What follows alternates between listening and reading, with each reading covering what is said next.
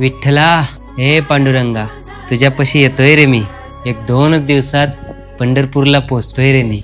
आबा कुठे चाललाय तुम्ही? अरे बाळा, वारीला चाललोय मी. वारीला काही जाऊ नका, किती शेतात काम राहिले. टमाट्याला औषध मारायचंय, उसाला औषध मारायचंय. तुम्ही गेले मग हे सगळं काम कोण करायचं? अजिबात जाऊ नका तुम्ही. अरे बाळा, असं नको रे बोलू. पांडुरंगाची वारी आहे, ती कधी चुकली नाही, परंपरेने चालत आली. आणि मी कशी रे चुकू आता? हे बघा आबा, ती काय मला माहित नाही.